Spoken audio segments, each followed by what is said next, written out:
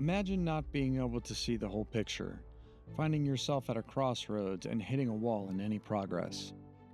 To find yourself as a college-age kid signing up for one of the hardest schools that the Department of Defense has to offer. To be frustrated yet again as another setback in your career left your original goal out of reach. But to then realize the integral part of being a team and how everyone plays a role in a much larger picture.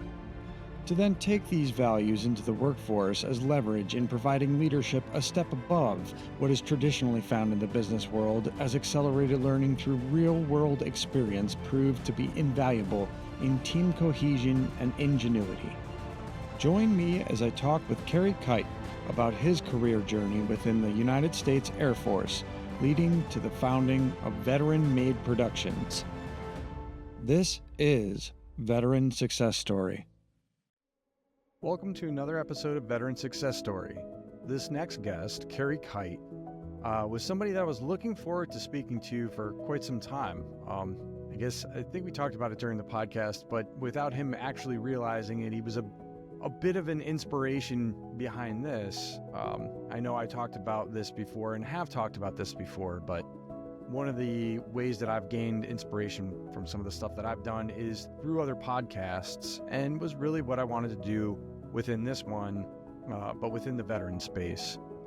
Carrie's been on my radar ever since I was listening to, Rogan and some of the other podcasts and stuff. I think Diary of a CEO is another one that was one of my favorites along the way. But whenever I wanted that veteran perspective of things, a lot of times I would find myself tuning into his podcast known as VeteranMaid. So I guess after you listen to this one, and after you hit the follow and subscribe button, hopefully, well, whatever platform you're on, we're on all of them, but go and check out Carrie's podcast as well. But we'll mention it again, and I'll put all the stuff in the description links as you're listening, you check things out. But wanted to bring him on here. He was someone who went from in the Air Force to loading fighter jets with bombs and ordnance to essentially running a production company of his own, VeteranMaid Productions. So in creation of that and his path through service and finding his own way was some of what we discussed during the podcast. So without going too much further into it or giving too much away, let's get into the episode, and I hope you enjoy yet another veteran success story.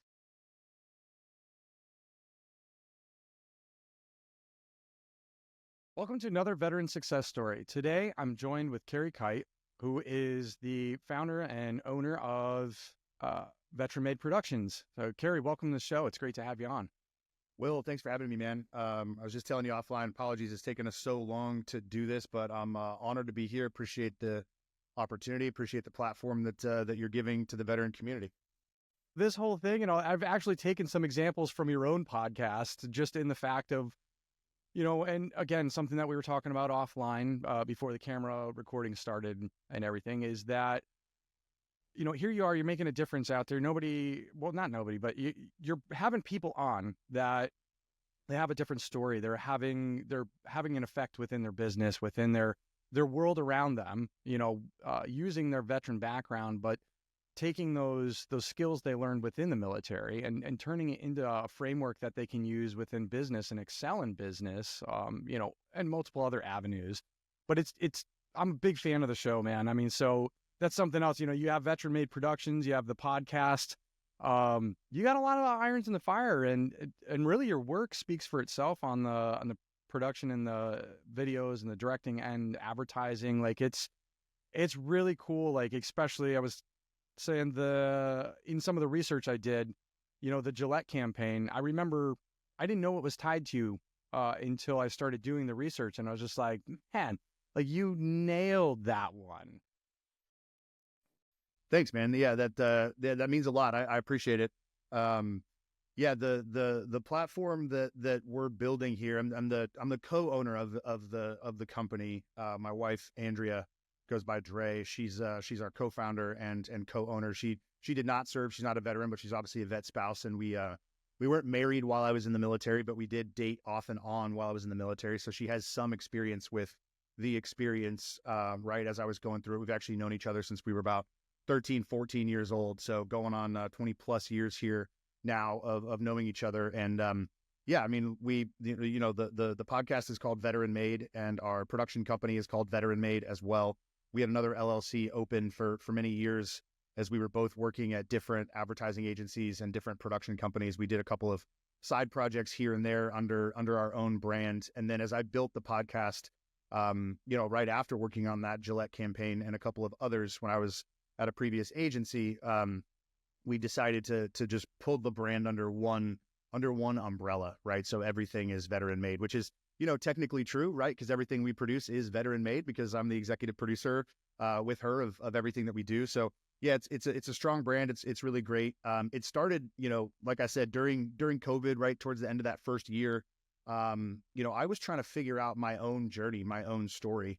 And I am a content creator, obviously by trade, right? Producing film content, producing video content and social media content for advertising agencies and brands. And so as COVID hit and I started to see people doing remote podcasts, I'm a big podcast listener. I've been listening to Rogan since the beginning and a bunch of others. Like, I always thought he would fly his guests in all the time. He could afford to do that, right? He had built a platform that allowed him to do that. But as COVID opened up the opportunity for people to speak to each other remotely for life and for work, right? As we were all locked down there for a while, I saw the opportunity to start a podcast and use that remote opportunity to talk to other service members and other veterans who had transitioned into a creative or entrepreneurial field like I did.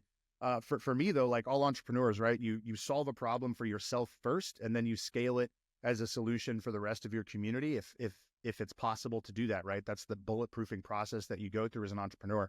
And so the genesis of the podcast for me was, how do I figure out how I did this, right? I enlisted and went to film school and somehow found my way into the industry, seeing success. I did it without internships. I did it without connections, right? I did it without all of those more traditional path that people take to get into the industry.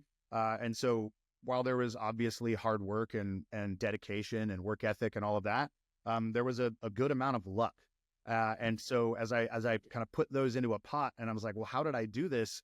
Rather than sit down and try to figure it out in a silo by myself, I figured the best way to do it would be to have conversations with other veterans who saw success as creatives or saw success as entrepreneurs. And as I had conversations with other people, then my own perspective, my own point of view, my own understanding of who I am and what I am and how I got to where I was and how I was going to keep going to where I was going to get. Conversation is the best way to do that. I'm a pretty good talker and I, at the time, could have afforded to become a better listener. And so I hope that I'm still a good communicator, but I hope I'm a better listener than I was at the beginning of that process as well. So that was the genesis of why I started the podcast. And then it obviously kind of ballooned from there.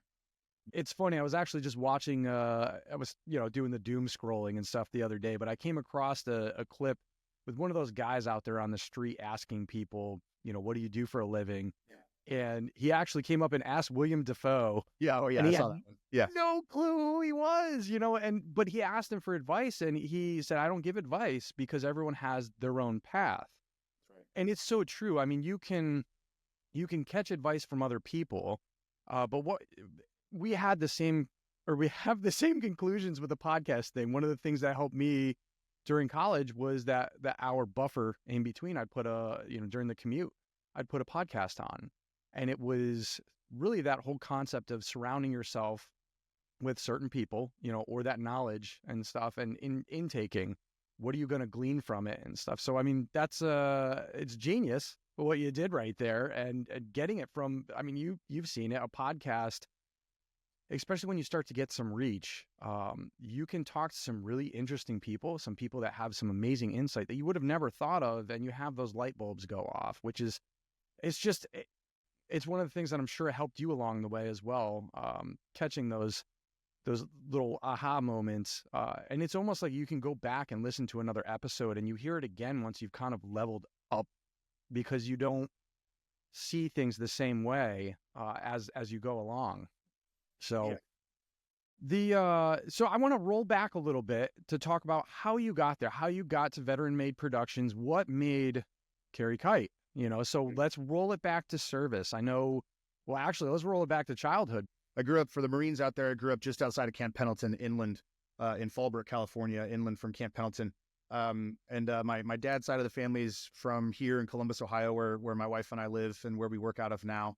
So I spent my childhood, surfing and boogie boarding and body surfing and scuba diving and snorkeling and cliff jumping and all that fun stuff out there on the West Coast. And then also visiting the Midwest a couple of times a year to visit my dad's extended side of the family. Ultimately ended up moving here when I was 13 years old. And eighth grade, I started here in a suburb of Columbus. And, I played football. My brother played Division III football. He's about 6 years older than me. He'd taken a year off in between his freshman and sophomore year. So I was, freshman, sophomore in high school, and he was kind of a sophomore and in college. And he played Division III's, small dude, not a Division I guy. But I got to watch this Division III football, which obviously exists on the West Coast, but in the Midwest and on the East Coast, it's more concentrated and people know a little bit more about it. I think Ohio has something like 150 colleges or something like that, right? Ohio State obviously being the flagship here in the center of the state, but there's lots of these other small colleges across, Division I, Division II, Division III, NAIA and things like that. So he played at a D3 school while I was playing high school football, and I'm a little bit bigger than him and a little bit more athletic, but not much more, right? I wasn't ever going to go play D1 at like Ohio State or Florida State or Clemson or, any of these schools, Alabama, what have you. And so as I was watching him play D3 football, I was like, man, I'd love to go do that and to go play in a conference like he did. I didn't necessarily want to go to the school that he did and follow directly in his footsteps, but our dad was a national champion in track and field in high school, was a Division I track and field runner, ran for a year at Ohio State and ran for 3 years at UCLA, trained for the Olympics, and ultimately got injured and wasn't able to fulfill that dream. And while he was at UCLA running track, they shared a locker room with the basketball team. So he got to watch John Wooden win a handful of championships. And that's where, the leadership and culture that he ended up doing for a living, that's where that kind of came to fruition for him. And so we have an athletic background in our family. We have a competitive background in our family. I got to my senior year of high school and I was playing football, doing really well, running track, doing pretty well, playing basketball to stay in shape. I was joking. My brother-in-law is a senior at a Division III school playing basketball right now. And I talk to my father-in-law all the time when we're watching games. I'm like, man, basketball is the sport I miss playing the most, but it's the one I wasn't actually that good at. I would play defense in practice against all the starters because I was, fouled out of games when I got into games playing basketball. So I was kind of like that, aggressive, use my athleticism, but I didn't really have basketball skills. And so played basketball to kind of stay in shape and keep my mental toughness up, ran track, not nearly as fast as my dad, but, I was still pretty good. And then football was the sport that I loved the most, and got to my senior year and was doing pretty well. But my grades weren't great. I just didn't focus on all of the things that I needed to focus on academically. And so as I wanted to go play college football at schools that would require you to get academic scholarships rather than athletic scholarships, conversation came to a head my beginning of my senior year playing football as I was putting recruiting tapes together to go to some of these schools. And, I would apply to these schools, and there's a couple that I got into. There was one I really wanted to go to that I did not get into because I didn't even qualify academically. But the ones that I did get into would have required me to pull some, Pell Grants and federal aid and apply for some academic scholarships, which, again, I wanted to go play, but I didn't necessarily want to go put the work in to get those scholarships. And so my dad said, listen, you got 3/4 of a year left of high school. It's down to the wire. Like, if you're going to get these scholarships, I'll meet you halfway. If these are expensive schools, if you can get athletic or academic scholarships that cover half, I will then cover half. And I ultimately got about a third covered and tried to cut a deal with him and said, hey, I said, you said you would cover half. I'm able to cover a third. I can take a loan out for that other, whatever percentage that is. I'm not going to do public math right now, Will, but he said, no, the deal was you cover half, I cover half. And so that opportunity went away for me. I wasn't going to get a loan out to go spend, hundreds of thousands of dollars to go play football and potentially flunk out or whatever it was. So I'm at my senior year, spring track season, running track, and I'd obviously applied to some state schools as a backup and, backup opportunity to go to college right away. And I'm working at Steak and Shake go to the manager's office and on a break, and I called a recruiter at one of the big state schools that I applied to and said, hey, is it too late to get into the ROTC program so that I can get college paid for here, and maybe go like walk onto the track program or something like that? And I don't know if it was an LT or a captain, like somebody that I was talking to, or maybe a senior enlisted guy. I don't know. But he goes, yeah, dude, it's too late for the fall semester. Why don't you go talk to the enlisted recruiter? And, at that stage in my life, like I had a great relationship with my parents. I had a great relationship with my dad. But there was obviously some heat there about like what I was going to go do next year. And, living at home and being a bum wasn't an option in his mind. And it certainly wasn't an option in my mind either. So I was kind of scrambling to figure out what I was going to do. And so I just, on a whim, took that guy up on his advice, and I called an enlisted recruiter, just randomly chose the Air Force. My grandfather, was in the Army Air Corps, and then was the commander of the Civil Air Patrol in the state of Ohio way back in the day. And so I guess Air Force was kind of sitting in the back of my mind. And so I called the enlisted recruiter. I said, hey, can I come in and talk? And he said, absolutely. And so I did. Yeah, it always seems to be a relative out there. I know my first draw was to the Marines, and it was, who doesn't kind of already look that way? The uniforms are super sharp and everything else. But I had a cousin who was in, and I saw the transformative change that service gave, and it was kind of like that. All right, there's something there. I knew what he was before. There's a lot more discipline, a lot more, and it sounds too like you had that gut check, that your dad kind of gave you there is, hey, life doesn't work this way.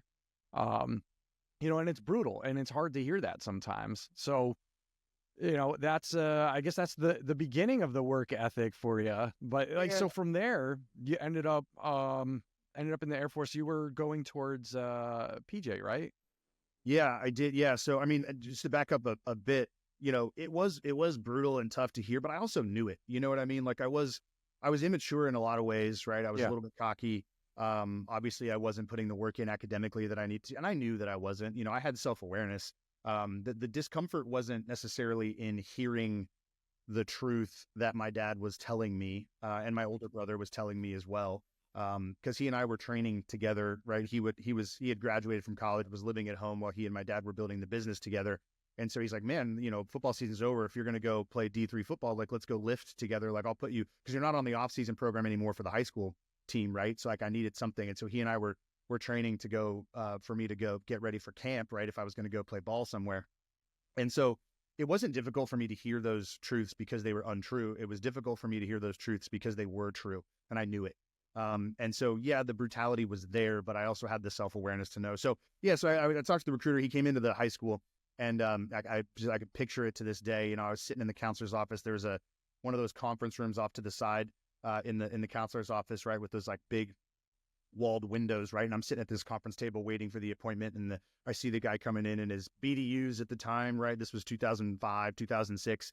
So he came in BDUs, and I didn't know what BDUs were, right? Camis, fatigues, like whatever. I didn't have much experience with the military. So he came in, and again, early aughts. So he had the paper packet, right? And the, leather, or not leather bound, but that kind of like magazine bound style thing. And he starts going through a spiel, and I'm kind of listening, but kind of not listening. And he's turning the pages. He gets to this photo of, the commando looking guy with a rucksack, and he's training his rifle, and he's got, paint, and it's jungle, and, he's got all this kit. I didn't even know what any of this stuff was. And I said, hey, can you stop there? What is that? And he goes, oh, that's AFSOC. That's Air Force Special Operations. I said, great. I want to do that. Like that looks cool. And he said, well, we got to talk a little bit more about that. He said there's, at the time there was two options in AFSOC. It's AFSPEC War now, and they have more options. But at the time it was combat control and it was pararescue. And I said, well, tell me the difference between the two of them. And he said something interesting. He said, well, pararescue, they call it PJ, pararescue jumper is what it stands for. It's the toughest school in the DoD. They call the SEALs, that's what the Air Force, it's the toughest pipeline in the DoD. They called PJ school Superman school. And like that hooked me. And I said, that's the one I want to do. He goes, you didn't even want to hear about combat control? I said, absolutely not. I want to go do that. I want to go do the hardest thing that I can possibly do. I got to get out of here. I got to go have an adventure. I got to go try something difficult. I got to go blaze my own trail. I got to go on the most difficult path that I can get on. And he was like, again, we have to talk more about that. You have to pass a physical test. It's called the PAST, physical and stamina test. I said, okay, no problem. He goes, again, dude, let me explain everything. He goes, there's push-ups, there's sit-ups, there's a run, but there's also a swimming component. You play football, basketball, and you run track, right? I said, yeah, but I have a background playing water polo and swimming and surfing and snorkeling and scuba diving and all this stuff from California. And he goes, oh, interesting, right? And now I know, looking back, he saw the bonus that he was going to get from somebody making it through the pipeline. And he goes, okay, great. I was like, schedule the test, like, let's take it. And he goes, okay. So he scheduled a test and passed, and he obviously went and proctored it. And, you know, we went around to the high school, and I did the run, you know, we did the push-ups, the pull-ups, and the sit-ups there on the track. And then we went to the local rec center, did the pool, and I passed it. And guy was like kind of shocked that some Midwest kid, you know, passed the past, right? And now obviously AppSpec War and all the other soft organizations have these wonderful training programs with the internet and all these things that kids can start preparing a lot earlier. So he was excited, and I got a slot. That was in, you know, I think May, and then I graduated in June, and I think a slot opened up in October. So I was in debt for, you know, 4 or 5 months, whatever it is, over the summer, and lived at home and kept working at Steak and Shake, saved a little bit of money, and then shipped off in October and went to Lackland for basic military training, BMT, and then, you know, made it through BMT, and then went to INDOC. Now they have ANS, Assessment and Selection for AppSpec War, but at the time it was INDOC. And I was there with a bunch of other cones, as they call them, right? You're not a PJ trainee yet until you make it through selection. So we were a bunch of cones down there. And what was actually really cool was I graduated BMT in about December, and the next class for INDOC wasn't starting until, like, I think the end of January.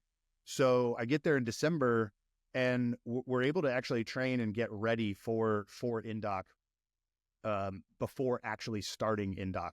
So it was really cool. I got to, you know, integrate into that community and start to understand, you know, the lingo, understand the expectations, learn about the community, start to learn some of that history, start to train for the things that you're going to have to go through in that selection process. And yeah, so started the class there in January. I got recycled in my first class. Pull-ups were I got very long arms. I got like orangutan arms, right? Like I wasn't a gymnast. I didn't do any of that stuff. And so when they have your dead hang, you know, it's the breaking that. That's tough. Yeah. You can't kip, right? You have to dead hang, and then you got to pull up to the chin and do that. And so, yeah, I struggled with pull-ups, which was a wonderful experience to go through. I got recycled, continued to work out until the next class, you know, caught up to us. There was a handful of us. I did go through Hell Night twice. So I went through Hell Night in the first class, and then got recycled, trained, went through the next class, went through Hell Night again. Again, awesome experience to do that a couple of times. And then, yeah, I got to the end this time and passed everything except the run.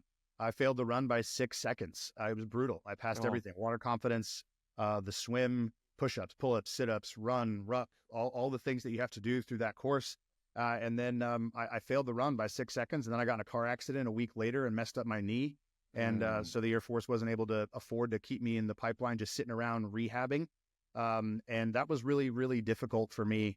That was my first real, you know, the theme of our podcast, of VeteranMaid, is all about that transition from, you know, from military to civilian. But as I look back, that was really my first experience with transition. Sure, I transitioned from a civilian into the military, but that actually wasn't that hard for me.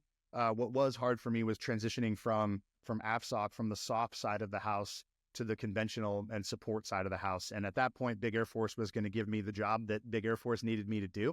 And so I really, really struggled through that process, getting taken out of the pararescue pipeline, and then getting put into armament, which is, you know, there's two components to armament in the Air Force. I ultimately worked on the F-15E model there. There's VAC shop, where you work on all the missile launchers and the bomb racks and all that stuff. And then there's the flight line component, which is where I was going to be, which was loading all of the munitions onto and into the aircraft, and then maintaining those racks and launchers and the gun system on the flight line.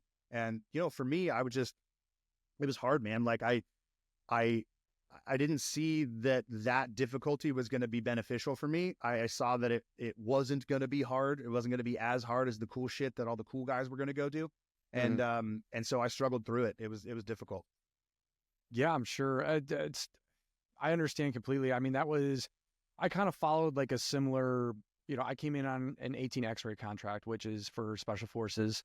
And then during training, during SOPC, I got hurt. So I was held back for the next selection class. And then they cut everyone that was in medical. And it didn't matter that it had been there only a week, you know, and it's like, sorry, son, you're going worldwide, you know. And within a few months, here I am in Afghanistan, with the 82nd Airborne, which, thank goodness I was with the guys that I was with. Hell of a bunch unit. Oh, no, absolutely great unit. And actually was on that deployment that I was exposed heavily to, unfortunately, but exposed heavily to PJs. Those guys were awesome. Absolutely. They were there when we needed to, or when we needed them there. They were on station usually within 10 minutes flying over from CAF, but exactly that, what you were saying, Superman. Yeah. But to find yourself in that situation, this isn't what I signed up for. When did you start to kind of realize that you were an integral part of the team? Because I love the video that you put out there where it's just like, hey, I'm just the average hero. And it resonated because I've been through that. I've been through that disappointment, but then picking yourself back up and learning along the way, hey, like, no, you're still doing this job. You're still learning here, these values and stuff, and the team around you, and learning to be part of it. It's an invaluable experience. So where did things start to pivot for you there? Yeah, we can talk a little bit more about the video, later on. I do want to be clear. I do not view myself as average, nor do I view myself as a hero, right? The idea of the I in that video is for everyone who has served, and it's a bit of a play on words, right? I've shared that video. I shared the video before we released it. I shared it with some friends across the spectrum, including soft guys that I either served with or guys that I've gotten to know doing the podcast. And there was some pushback on both the term average and on the term hero. I've got a little bit of a comedic, snarky bent to myself sometimes. And so I wanted to do it that way. But just so your audience is clear and grounded, I do not view myself as a hero, and I don't view myself as average either. That was tongue in cheek and snarky on purpose. And again, we can talk more about it later. But to directly answer your question, Will, my dad was instrumental through that process. He passed away last year, and I had him on my podcast a few years ago, and folks can go listen to that and learn a little bit more about the dynamic between the two of us. But we were very close. Like I said, like we talked every day, anyway. And I complained to him. I told him, I told him everything I just told you, obviously, more in depth and more like a whiny little kid. But, he reminded me the things that he taught me and my brother growing up. And, he has an equation that he used to teach, excuse me. And he built a whole curriculum around it. E plus R equals O. Event plus response equals outcome. You don't control the events of your life. And the only way to influence the outcomes in your life is to control your R, to control your response, to control how you respond.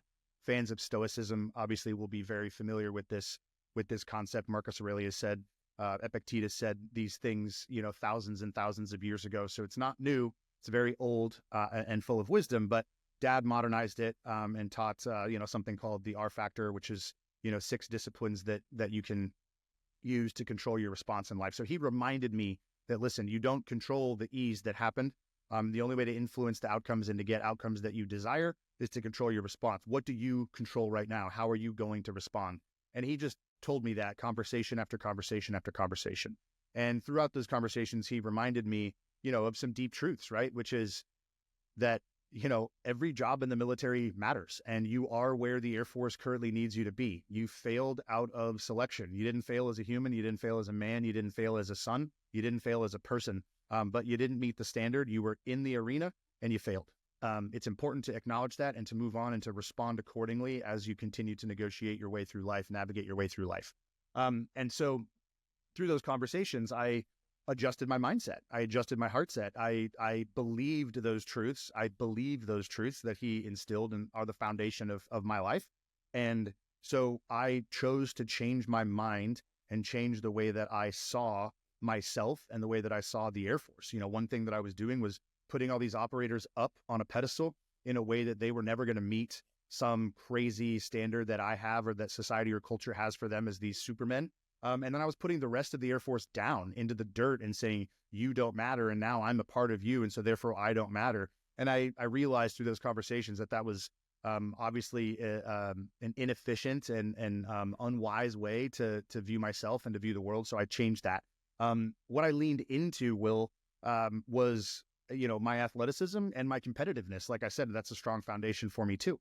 And so what I realized as a flight line weapons troop was that while I wasn't going to be getting trigger time and I wasn't going to be jumping out of planes and I wasn't going to be kicking down doors, I was still going to have the opportunity to get qualled and stay qualled on a monthly basis. I learned very quickly in the tech school and the training that when you go load these bombs on the flight line in the operational Air Force, it's a very, very important job. It's a very, very competitive job. You work in teams of 3 on fighter jets. Some other airframes, bombers have larger crews, but for fighters, you're working in crews of 3, and you have to stay qualled every month. And so I leaned into that competitive nature, that competitive aspect of it, and I made some connections, right? One thing I missed quite a bit from the PJ community and from the SOF community was that nature of teamwork and that nature of competitiveness. And I was like, all right, well, I don't have all of that, but I have some of it, and I have it right here in front of me. So let me go attack this as best as I can and continue to lean into that athleticism and competitiveness that I value in myself. And so that's what I did. I worked my tail off in that class, ultimately got what they call the Weapons Warrior Award, which is not the most academically successful person in the class, which again, my academics were still not strong. I got better, but not as strong as they probably could have been. But the Weapons Warrior Award in that class is the one person in the course that the instructor would want on their crew in the operational Air Force. And so while it's a little bit of a silly award to get at a tech school, on your way to your first duty station, it meant a lot to me because it meant that I did successfully change my mindset and my approach. And so, I did that and then graduated, got slotted for RAF Lakenheath in the UK, which is incredible.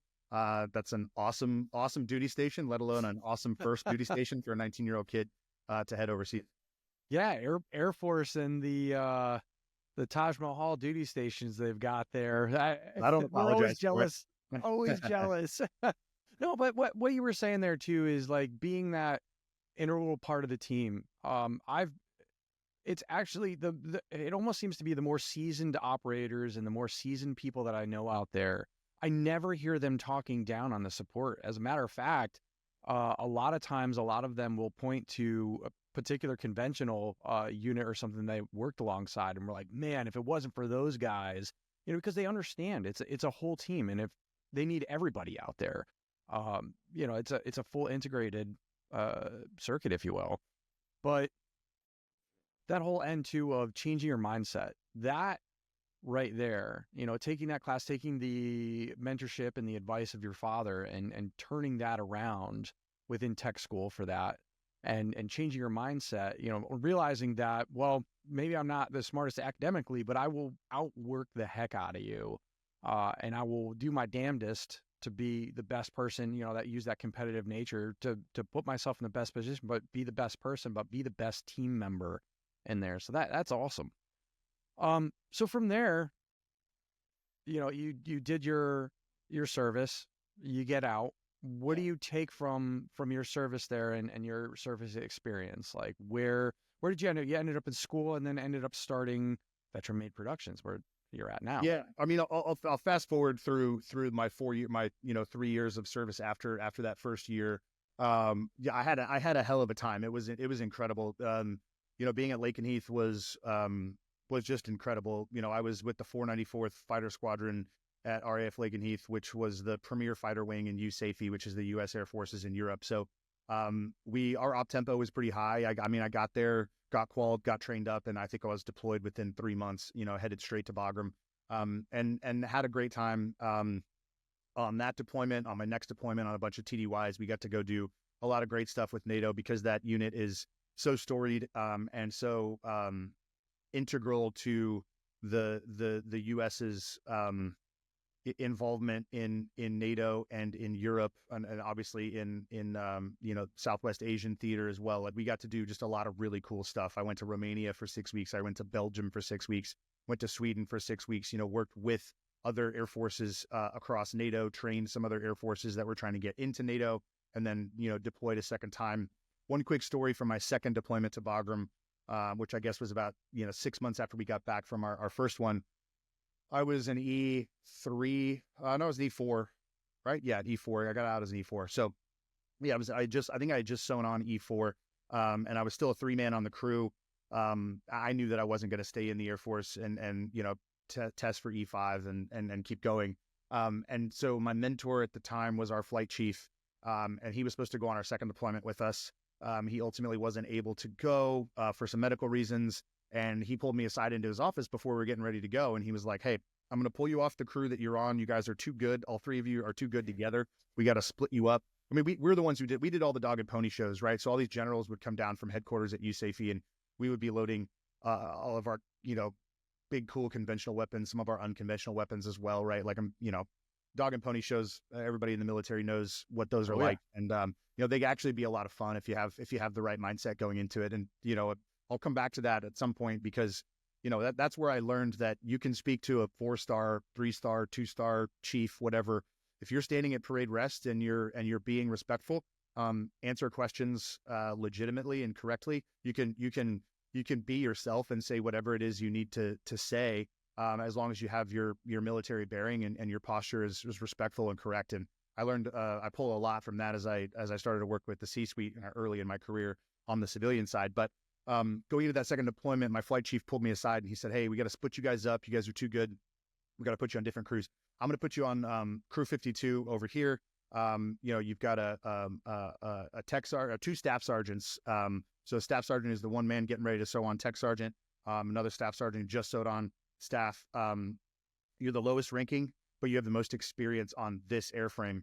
One guy came from F-16s and one guy came from bombers. I think he came from B-52. So, a very, very different airframes to load. And in particular for the mission set in Afghanistan, we were deploying that second time to support the guys in Sangin. Like it was a big deal. That was Obama's first surge. And so like what we were going. Oh, this is what was this? 2010, right? Yeah, 2010. Yeah. Okay. Yeah, right there. Summer. Year I was there. You might have actually had some 15s fly over. That's crazy, Kerry. We were in the stand at the same time, man. Yeah. This is the first time this has happened. There's a handful of people that I've interviewed on the podcast, and it's a really cool connection for me because I obviously struggled for a while not going outside of the wire and doing some of that stuff. But as I have conversations with guys on the ground like you, I'll find out that we were there at the same time, and we were supporting whether with actually dropping bombs or our pilots flying over with the avionics systems getting intel. So he said, "I need you to lead this crew from the 3-man position. You need to have influence without having authority. I need you to teach these guys how to do this job and to do it well. The op tempo on this deployment is going to be very, very high. You guys need to be on top of your shit." And so I said, "Yes, sir. Like, let's go." And so that deployment was incredible. I worked really well with those 2 guys. Loved them both. We had a great, great time on that deployment. Like I said, the op tempo was really high. So we had a lot of alerts and a lot of scrambles. We loaded and dropped a lot of bombs on a lot of bad guys that summer, which was an incredible feeling. We had some, unit guys and others would come over. I was blessed at Lakenheath. We were assigned to the fighter squadron, not the maintenance squadron. So our commander was a pilot, and our entire officer leadership was all pilots and WIZOs, backseaters. So we were talking to guys who we were helping to do their job, right? Not just a maintenance officer who was kind of project managing. No disrespect to maintenance officers. I just didn't work with them very much. Got to work with the pilots a lot, which was cool. So a lot of unit guys, a lot of operators would come over. We would go into the skiff and we would look at the footage from either the bombing runs that our guys did, or some of the times where we didn't drop munitions. They would say, "Hey, here's why we didn't drop anything, but look at the footage here from the avionics system where you can see like what we're actually doing out there." So while I never got to go do that, I got to have some really cool interactions with guys that we were actually supporting on the ground. And so that was a pretty unique experience and something that I think was really, really cool. So we left that deployment. I got out, came back to Columbus, went to Ohio State for a year, studied film studies at Ohio State. Loved being at Ohio State. It was Urban Meyer's first year, made a 12-0 run that year. So super fun to be a student, as Ohio State was making their comeback. And we've just won another national championship here this past year. So it was really exciting to be there for that, the kind of beginning of that resurgence. But on the academic side, like it wasn't what I needed. I really wanted to go learn how to make films. And so film studies was more of like a critical studies kind of approach, which, is interesting, but not practical. So I left Ohio State. I went to Full Sail University down in Orlando, Florida. I studied creative writing for entertainment, which is basically a screenwriting degree, but you work across multiple disciplines in media. So learned how to write, screenplays, learned how to write short stories, learned how to write video games, worked across a bunch of different genres. We had a horror class, we had a thriller class, we had a fantasy class, we had a sci-fi class, we had a drama class, we had a comedy class. I just learned the craft from the inside out, from the ground up, on the writing side of things, on the filmmaking side of things. Had a few short stories published when I was at Full Sail, finished 2 short screenplays, finished a feature screenplay while I was there, took those out to Los Angeles, started working on crews in Los Angeles, trying to do the Hollywood thing. It was, that was another interesting transition, because I went from theory and practice a little bit to like, hey, you're in it now. Here are people that have been working in the field that you want to work in while you were serving and doing these other cool things. Those skills and experiences that you got are going to inform what you're doing, but you got to go learn from these other people, because you're not in the military anymore. You want to go be a filmmaker. These people are filmmakers. So I integrated into some crews on the production side very quickly.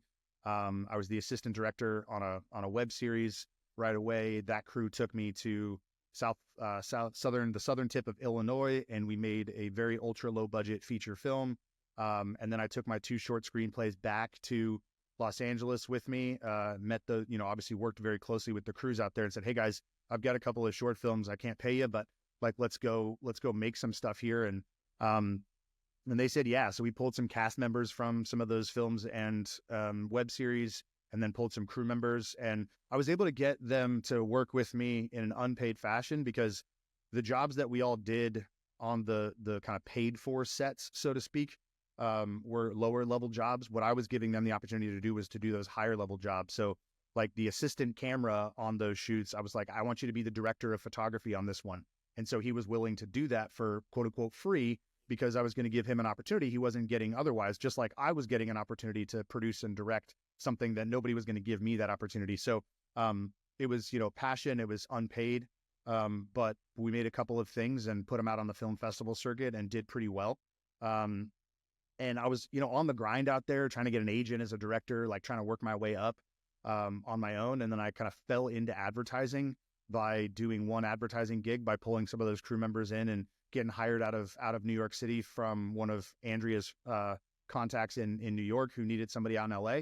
And I had wrap beers with that guy after we wrapped up that first advertising project. I made more money doing that for 3 days, than I did at the restaurant for the entire month. And he was like, what are you doing, man? Why are you waiting tables and tending bar and trying to quote unquote make it? He's like, come work in advertising, where you can do this every single day. You can get paid better money than you are waiting tables and tending bar, and you're working with people at a higher level on a day-to-day basis. Because one of the struggles that I had, Andrea and I had broken up at that point, but we got back together when I was in LA, and she said, I'm really proud of you that you followed your dream and that you're making films and you're doing stuff out here. And I said, yeah, but I'm also struggling. And she said, why are you struggling? And I'm like, well, I only get to do my job like a couple times a year, right? Because the rest of the time I'm trying to scrounge dollars together to pay rent and pay for some of this stuff that I'm trying to do.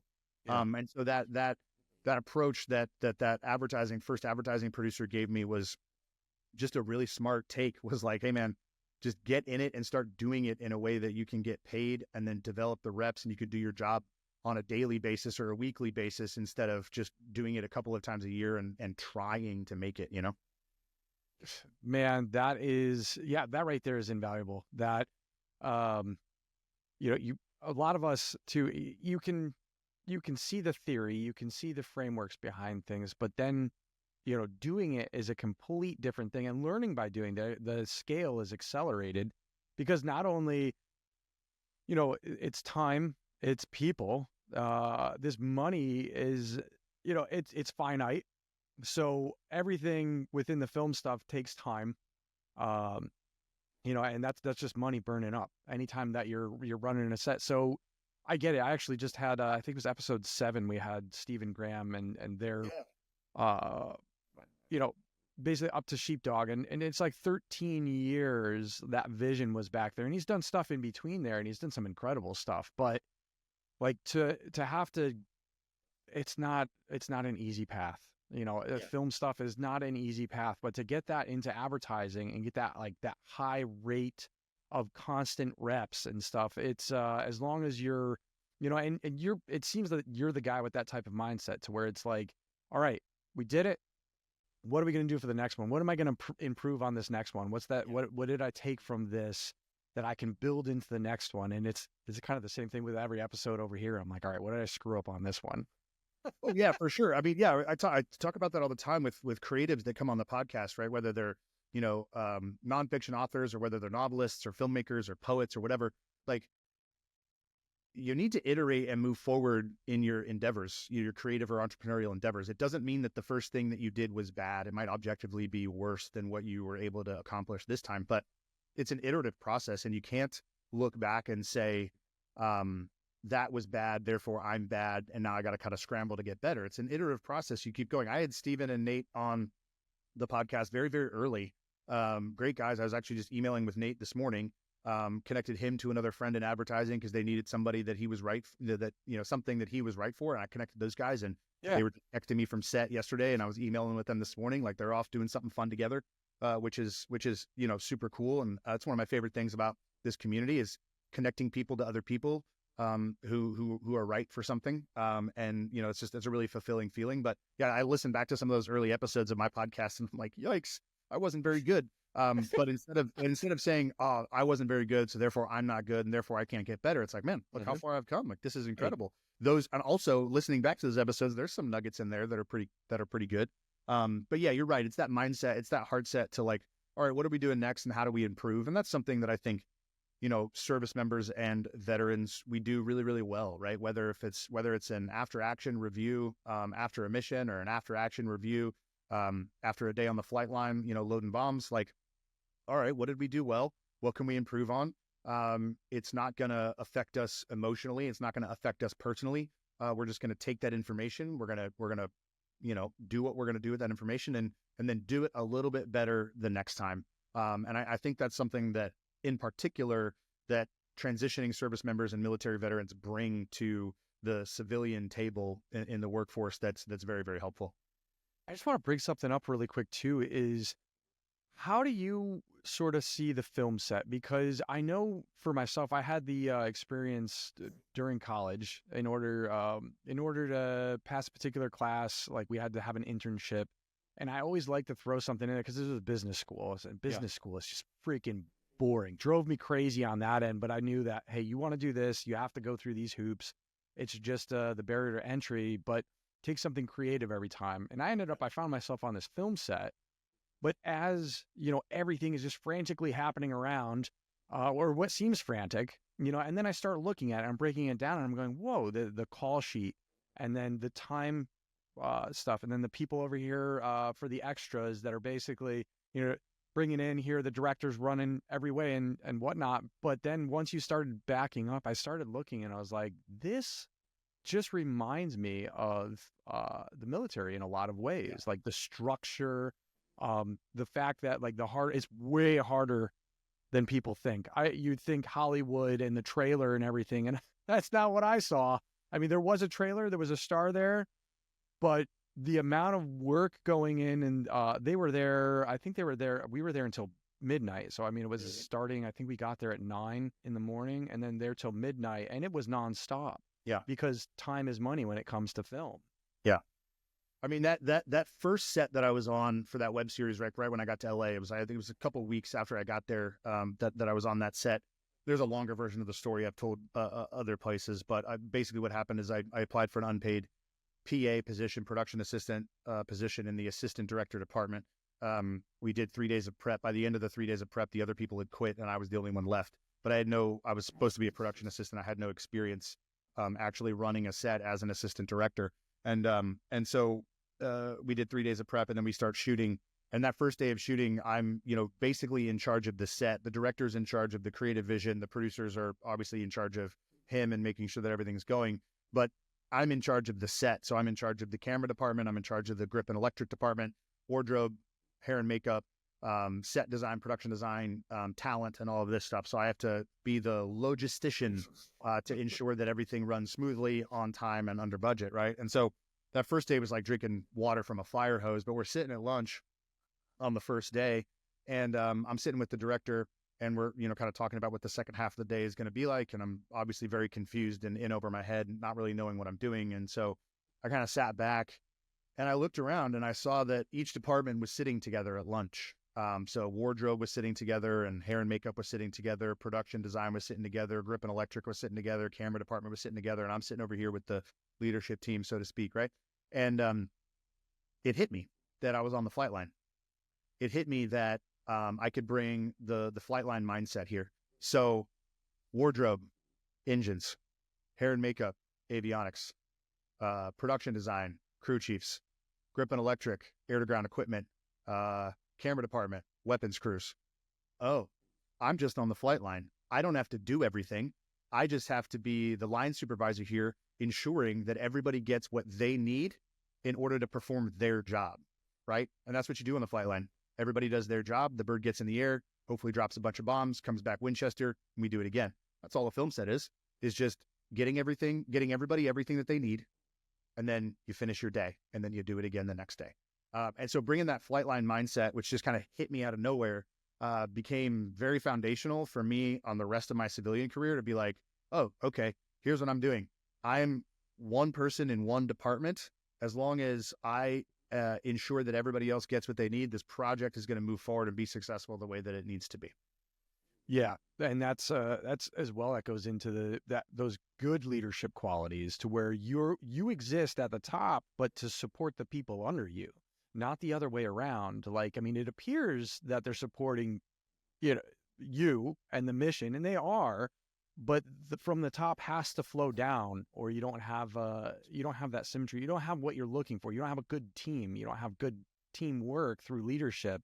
And it sounds like that concept is just, it was nailed into it, but it's gone forward. You've taken it forward into the civilian side very successfully, I might add. Thank you. Yeah.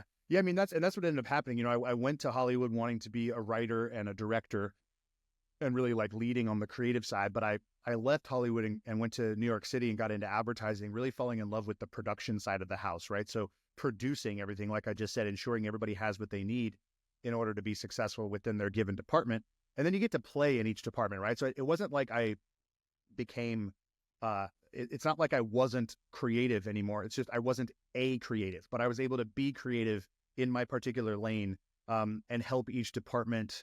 Again, that part of helping them get what they need is providing some of that bulletproofing, some of that leadership that says, oh, okay, is this on brief, right? Is this on mission? Like, what if we did it this way?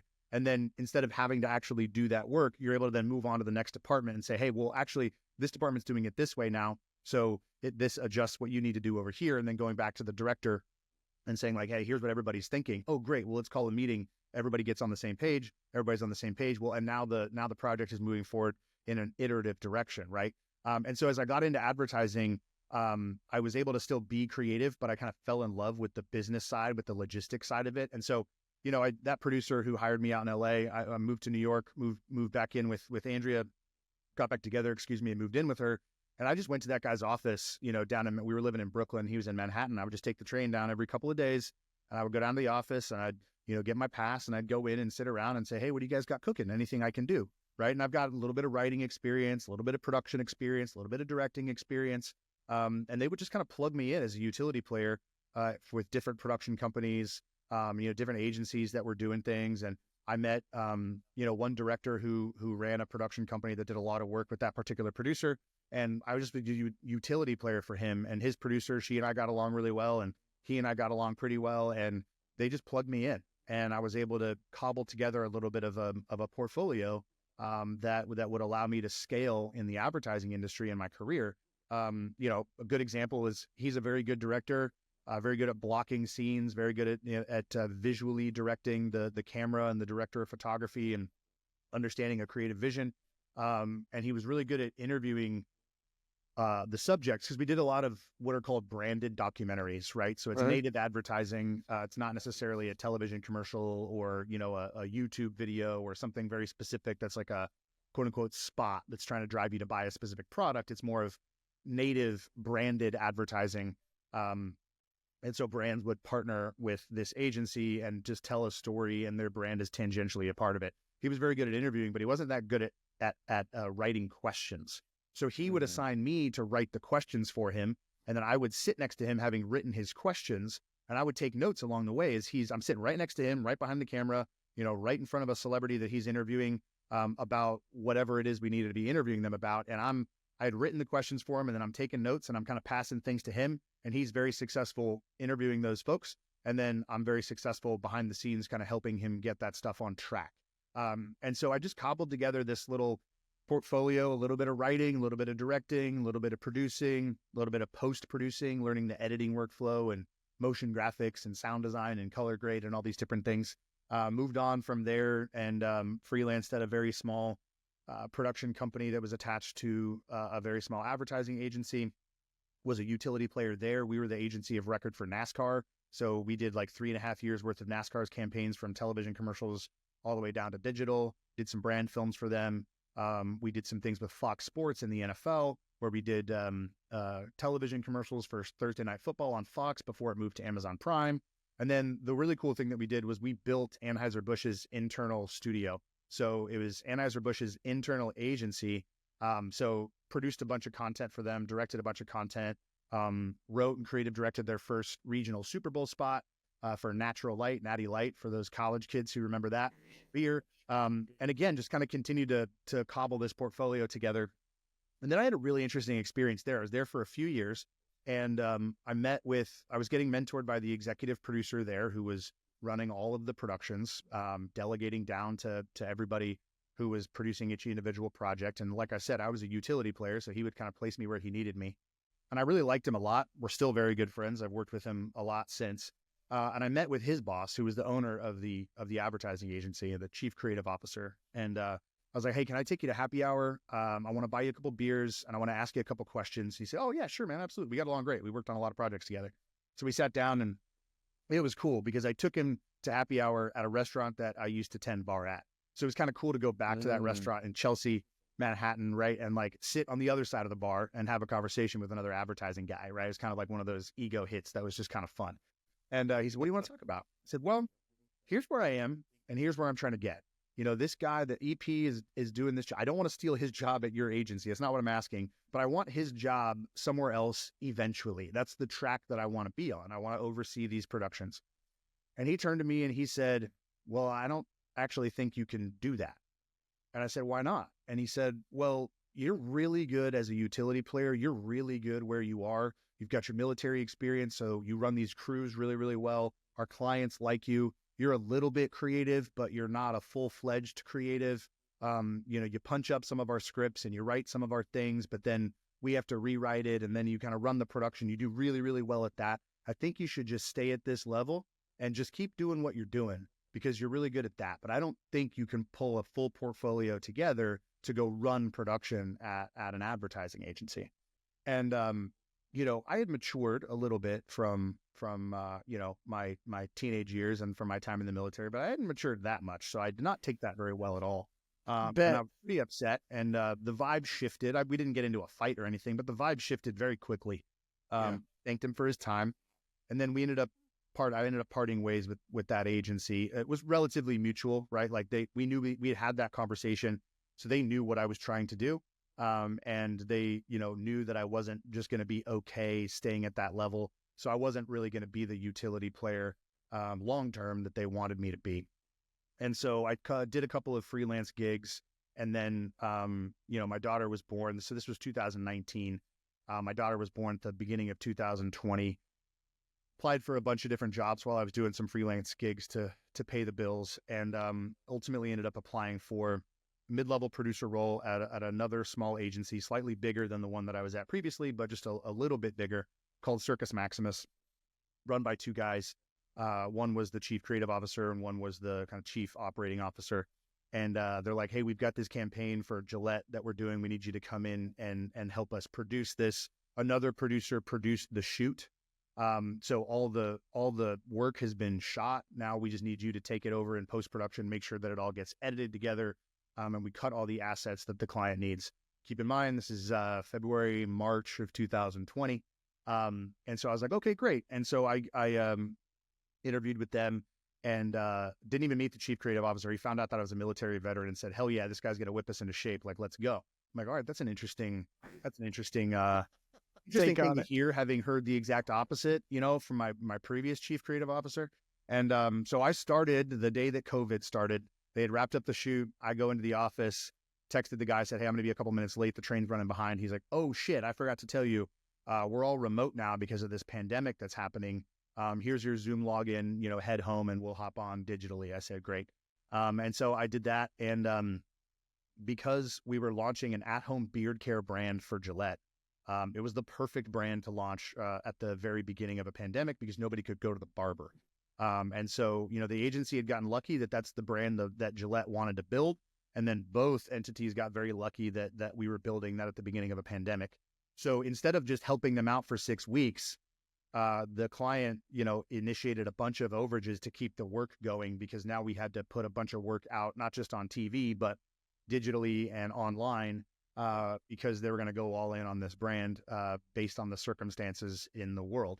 And so I ended up staying on long term. We had a couple of other clients that we were adjusting the output and the programming for them because of the pandemic. And we started to grow. And that first year, the guys pulled me aside and they had a conversation with me like I wanted to have a conversation with my previous leadership. And they said, we really like the way that you're doing things. Your military frameworks are very helpful, but you're not militaristic about it. Do you want to take over the production department because the chief operating officer wants to focus on operations and new business, and you can focus on production, build out a team, and then we can grow the agency? And I looked at these guys and I said, man, you have no idea how interesting this conversation is. And I told them about the one that I had previously.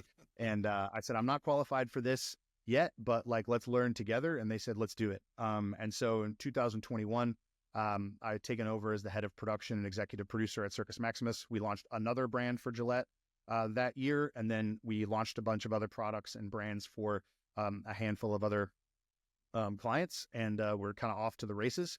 And then 2021 is when I started VeteranMaid because I'd had those conversations and everything had been kind of pulled together for me. And I'm like, okay, I somehow did this thing. How do I figure out how I did it? And how do I help the community realize that somebody who tells you that your military experience needs to keep you where you are, but another entity says your military experience can help you get to where you want to go?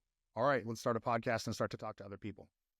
Well, you said something before. I think it was at the very beginning. It might have even been off camera to where you were like, I've been very lucky, in this regard. And yes, pieces fit during certain times. But the thing is to me, in hearing all of this, is what I'm hearing is you put those reps in, though. So when things aligned and when they came to be, you were ready. You had done the work already. You had put forward this effort. You even took that risk of leaving this other agency, because they wanted to keep you where you're at. You might have been able to, I know there's a bit of politics within the film industry and all of corporate and stuff too. So maybe that meeting and stuff that was a turning point, pivot point. Mm-hmm. But you took that chance, you put it out there, they said no. And instead of, all right, you know what, maybe he's right. Maybe I do just fit in here in the long term. You went, no, that's not my goal. I'm just going to push forward, keep putting those reps in. And you fell right into where you needed to be. And here we are, so that's awesome. Yeah. Thanks. Yeah. I mean, what's the old Thomas Jefferson quote? Luck is when preparation meets hard work. And it's cliche and that might not even be the exact right quote. I'm not sure. But yeah, I appreciate what you're saying, and I have enough self-awareness to admit that you're right. But I do think that it's important from a mindset and a heart set approach to acknowledge that you don't control everything, right? You only control the things that you control, right? So the luck factor, yes, I was good at building relationships, and yes, I was willing to step out there and perhaps affect one of those relationships negatively, right? By speaking my mind and being honest about what I wanted to do. But yeah, the key thing is that I didn't stop. I adjusted, right? Like I did do an after action review for myself. I was like, well, how did I communicate that to him? Did I communicate it to him in a way that was appropriate and respectful? Did I do what I did to those generals at Lakenheath when we were doing a dog and pony show for them, loading bombs? Or, was I cocky? Was I arrogant? And it honestly, the result of that AAR was that it has a little bit of both, right? So I wasn't going to stop having those conversations, but I was going to adjust the way that I had them, right? And I was going to keep aiming up, but also understanding where I was and knowing that I needed to continue to aim up, but knowing that I wasn't always going to get all the way up, right? And I still have that approach now. So I've followed the podcast for a few years now. I mean, that was some of the stuff that I would occasionally put your stuff on during those drives too. It was right alongside of, I mean, there was a few of them. I think it was Andy Frisella with, he was doing something at the time, and it's something totally different now, but it was how to build a business. And a lot of this stuff, you know, between him, Rogan, Diary of a CEO was actually another one. And man, that guy, Stephen Bartlett, has created something that's just incredible, but at the same time, you know, it's 5 years. You put in the work and those reps. It takes time to build something like this. Yeah. But in that, I mean, is there any like pivot moments to where you saw after you started this show and after you started digging in and stuff? What are some of the things to where it helped you and helped you learn and extrapolate these lessons from other people and kind of put together? Yeah, I mean, like I said, it really helped me understand myself a little bit better, right? And it helped me to continue to have conversations and to have conversations better. And so as I was recording the podcast and putting the podcast out while still running production at this other agency, they were very supportive of it, right? It only helped the agency, especially in the age of DE&I, right? Like, oh, hey, our head of production is also a military veteran who helps the community by having a podcast, right? So we were able to leverage those things in interesting ways with our clients and with our potential clients. And so it started interesting conversations and helped us probably secure some interest in business and then to secure some business. But I was able to have a bunch of conversations with a bunch of different people. And as somebody who also listens to podcasts in order to learn and grow, then producing and hosting a podcast to learn and grow, I kind of put those two things together. And I've just got all this great information swimming around in my head. And then I've got all these different documents across Google Docs and iPhone notes and all these different things to where I was able to like really understand, you know, who I am, what I believe, what my behaviors are, and what kind of outcomes it is that I'm chasing in business and in life. And back to E+R=O, you know, a lot of times I think people who follow Stoicism or people who follow my dad's stuff with E+R=O, it's like you think to yourself, well, okay, the response is always backward looking at the events in life. I just need to respond well to events, and then hopefully some good outcomes will happen. Well, one of the things that my dad and I talked about, and my brother and I talk about now, is that you're actually you're chasing outcomes. You're actually responding as well as you can to events in order to chase the outcomes that you want. It's not a passive experience. It's an active way of life. It's an active, you know, profession, right? To respond well to create outcomes that you desire. You're not going to create exactly what you desire, but you want to chase those outcomes, and you want to make sure that you're going somewhere very specific. And so the biggest pivot point was, you know, I'm hosting this podcast, producing this podcast, doing really well. The agency's growing. I'm making really good money on the salary side of things. And I'm watching the agency doing what it's doing. And I'm thinking to myself, man, there's a lot of money here left on the table. I've learned how to grow all of these businesses for other people. Like, how about I grow a business for myself? And like I said, my wife and I had started our LLC to produce a couple of, you know, commercial stuff, some music videos and some other short films. I took the advice of that first producer. Like, I didn't stop making narrative short films when I got to New York. I actually did that. And then my wife and I produced a couple of them.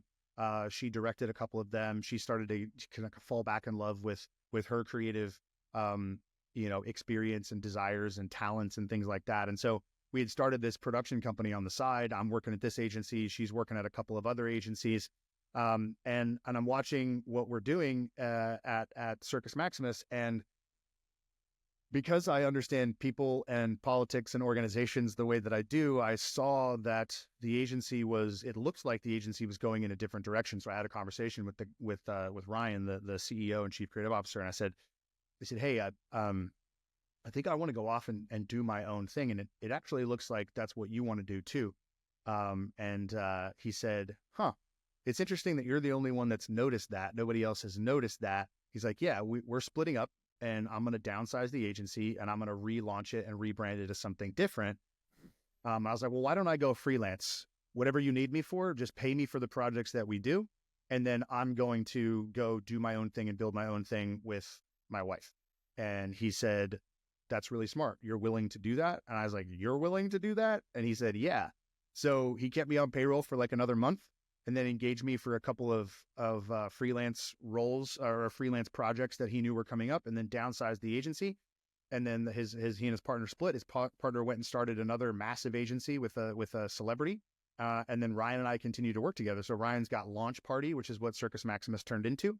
And Andrea and I have VeteranMaid, which is what our old LLC turned into. So I'm producing work for him at Launch Party, and I'm going to get my own work through my own client base. And that's what we've been doing for the last, year and a half. So Ryan and I have done a handful of projects together since the end of 2023. And, one thing that we learned at Circus Maximus is that we launch brands and we launch products, right? And so that's why he turned his agency into Launch Party. That's what he does. He launches brands and he launches products, because I have a very specific production experience doing the exact same thing. I'm the perfect fit for him. So we go to clients together, but as separate entities. He hires me to produce all of the work. We launched a bunch of new products for Staples last year. We launched a new product with Evolution Fresh, which is like a green juice smoothie brand. We launched a real fruit soda for them. We worked with Whitney Cummings, the comedian. Super exciting and fun work to do there. We launched some kind of HR platforms. We work a lot in the tech space.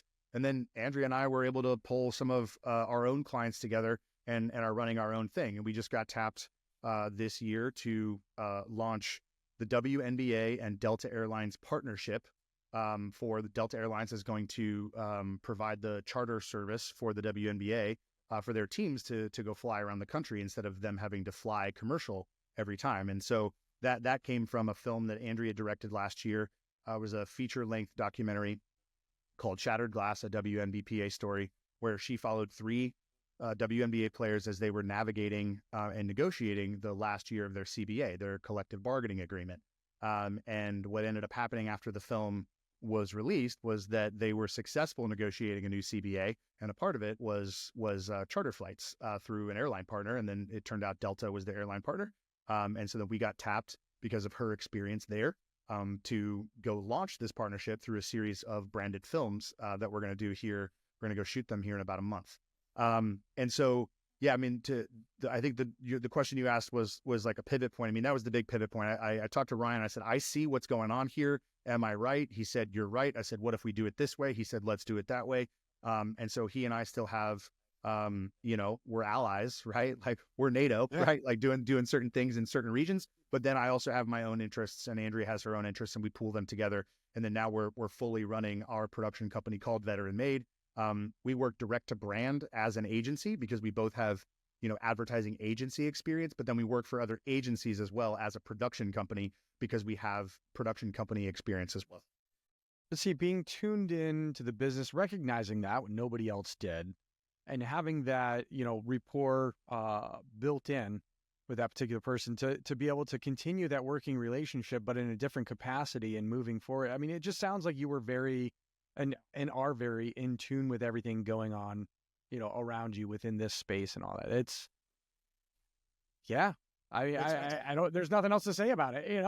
I try to be in tune. I think, for transitioning service members out there, for military veterans who might be struggling with what they're going to do in the civilian world, is a really important thing to remember is that you're not on a linear path that's going in one direction only, and that's going to have a specific endpoint. I always say, do the work that's right in front of you and then see what happens. And if what happens keeps you on the path, stay on the path. If what happens shows you a couple of branched opportunities, explore those branches. Don't just get into an industry. I got into the industry wanting to be a creative, wanting to be a director, wanting to be a writer. Well, I had all these opportunities unfold in front of me that allowed me to get into production. And then I discovered a love for the business side of it, for new business, for business development, for relationships, I really enjoy working with client services and with strategy and with creative and with production. I don't only I work with creatives, copywriters or creative directors or art directors, and they're like, I just want to focus on writing, or I just want to focus on designing and art directing. And that's wonderful because we need people to do that. But don't have this, narrow frame, this linear approach of like, I can only do what I'm qualified to do. And I have to then dispense with my interests. You're also allowed to change your mind, and you're also allowed to change what your interests are. And so if you're transitioning out of the military and you want to get into a different field, get into the field and just do something. And then you're going to expose yourself to other opportunities within that field. Don't just say, well, I want to be this particular role in this particular organization, in this particular industry. Say, I want to be in that industry. Let me go get a role that I can get. And then I can expose myself to people that are in that industry, discover that I am in fact interested in this industry, and then take the opportunities that branch out in front of you and explore them all. And that's one of the things to where in that military mindset that you do have to be able to branch out of, because I do know that a lot of people, again, what are we told sometimes? Stay in your lane. So, I mean, we do kind of get that mindset of, hey, this is my specialty, this is my lane, this is what I need to know, and maybe miss some opportunities in that way, or not be in that mindset of, well, let me try something different, or let me jump into, let me get that full spectrum here, because of the environment we were in, within the military. Yeah. Carrie, is there anything else that you can leave, the people that are listening as encouragement along the way on their own journeys, I guess, that you've learned along the way? It's almost like that last thing that you just said there was almost the perfect. I was like, man, I don't even know if there's any. You're a very knowledgeable guy, and there's so much to be gleaned. I'm sure we could talk for hours on this one. It's almost like that was the perfect opportunity. But is there anything else that you can kind of, these nuggets of knowledge, like, spread? I'm really glad you phrased the question that way. If there's any encouragement that I have rather than advice, because I don't like to give advice. I don't feel like I'm qualified to give advice. That's not false humility either. It's because it's not. Advice is, people think they need advice. They don't need advice. What they need is encouragement. Back to things that my dad taught me, taught my brother and I. The word courage comes from the Latin word cor, which means heart, right? Corazon, Spanish, all those languages, right? Cor means heart. Courage means to have heart. Encourage means to give heart. And so if I'm giving my heart and my mind to anybody out there that's listening, to encourage them along their own journey, it is to repeat what I just said, which is to get into the industry that you want to get into and explore, have fun, enjoy it. I'm not saying don't work hard. I'm not saying get into the industry and everything's just going to automatically come your way. It's like that old that scene from Forgetting Sarah Marshall where Paul Rudd is teaching Jason Segel's character how to surf, and he's on the longboard on the sands, and he's like, do less. And then at that point, Jason Segel's doing nothing. He's just laying there. He's like, well, you got to do something, right? I'm not saying don't do anything. I'm not saying don't work hard, but go into the industry that you want to get into, that you're interested in. Start working. Open your mind, open your heart, open your eyes, open your ears, listen, observe, participate, and then discover the path that you want to follow, or discover that industry is not for you and then move on to another one, right? We don't live in an economy anymore where you have to go get a job at Ernst & Young at an entry-level position, work your way all the way up to partner, and then retire, right? You don't have to do that. You could actually move laterally within, from one industry to another. And as military veterans, we've all PCS'd, we've all worked in different units, we've all worked in different roles in different units, so we're automatically equipped to make that horizontal jump if that's something that we need to do. And I would say in this new economy, it's not going to change. It's going to continue to go in that direction. So know that you're automatically equipped to make that horizontal jump if that's something that you need to do. But you're also, equipped to make take that linear path forward. And then again, it's not fully linear, right? There's branched opportunities. So explore, have fun, enjoy yourself. You're not working for the government anymore. You don't have to just do what you're told. You don't just have to go where you're told to go, right? You're not voluntold things anymore. Now you have opportunities. So the only other parting piece of wisdom, so to speak, is I would say this: pay attention to the people that you're working with in your new industry, because while you were serving and doing a bunch of cool shit, they were doing the thing that you want to do now, which means you do bring some things to the table, some skills, some experiences that organization, that industry can benefit from, but they bring a whole lot to you that you can benefit from because they've been doing something that you haven't been doing. So stay connected to the veteran community, but don't only associate with the veteran community. You need to integrate and reintegrate into society and culture, not just be a part of the veteran community and kind of exist in society and culture. We need to integrate as whole people. You're not just integrating as a professional, and you're not just integrating as a person. You're integrating all of these things within yourself and then integrating back into society and culture. So again, I'm not saying leave the veteran community behind, but somebody said something to me. No. Hey, Kerry, that's absolutely like right there with what you're saying. Like that's, so when I was going to school, they had like a veterans, like veteran center. It wasn't a vet center though. I mean, it was a part of the school, veteran center. And it almost seemed like the veterans attending the school, extremely military friendly school, had a bunch of veterans around the campus, but that they would go to the class and then they'd go right back to that veterans center instead of, and it was always me constantly. I'd go down there like once here and there, usually once a week, but it was usually to try and encourage the other guys like, hey man, like they've got this going on over here or this going on over here. Like, let's go out there, because I knew in my head that this is the society you're going back in, and you can't be, on those blinders, especially because it was just weird. Like when I went in and then you get out, I did 11 years, 9 of them active. So when you get out, that's a decade's difference to where you're kind of in a bubble. And then I didn't mean to interrupt your thought process, man. No. It was a good example of like the people that are transitioning back into the civilian world. Don't be shy, like get out there. Don't just exist within that veteran bubble. Yeah. And it's not like I don't think you're saying this, and I'm not saying this either. It's not like, don't be shy, put yourself out there. It's no, like reintegrate, yes. Get into community with people around you on your street, in your town, in your city, in your state, in your country. Like, yes, somebody said something to me. It's the episode of my podcast that's live this week. I don't know when this episode's going to go live. So this was the last week of January.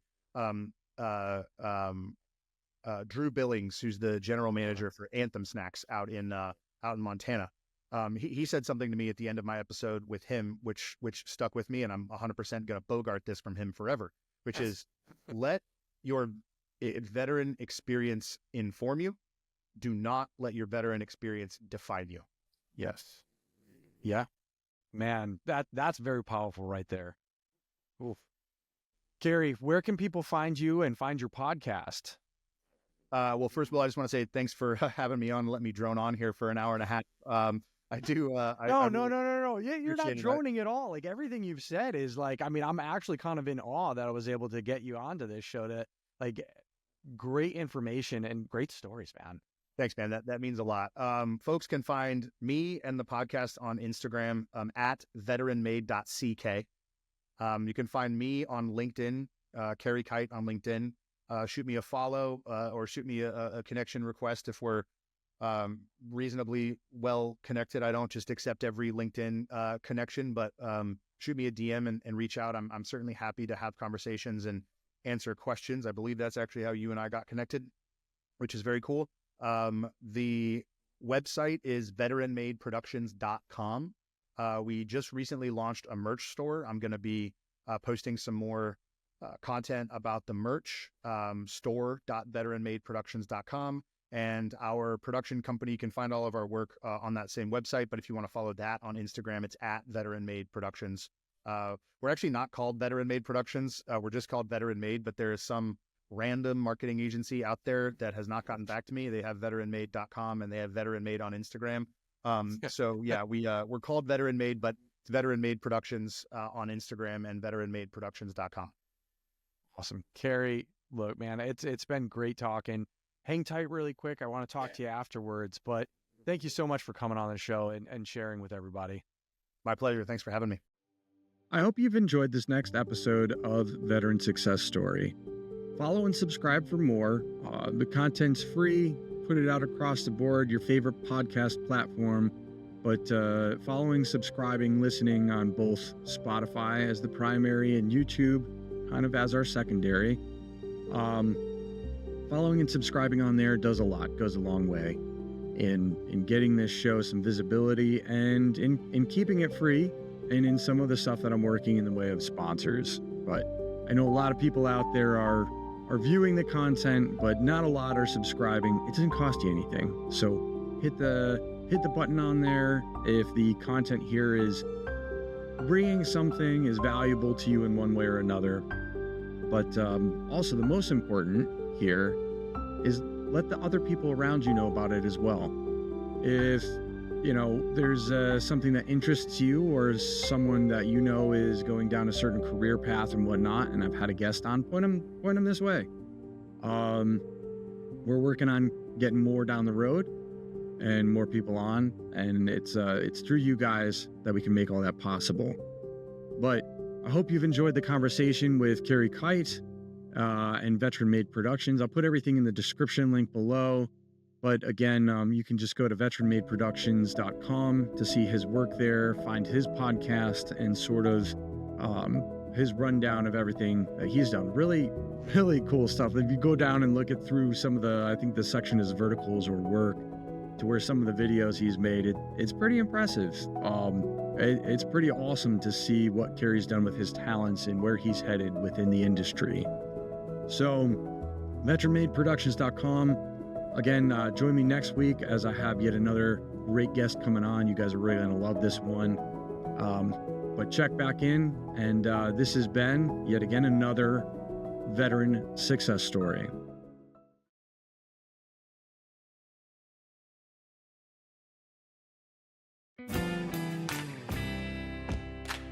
I'm the average hero, working day to day. No Top Gun, hotshot maverick, just an honest grunt in a simple way. I kept the wheels of glory rolling. I didn't chopper into Bin Laden's cave. But I'm the average hero of the ever-loving USA.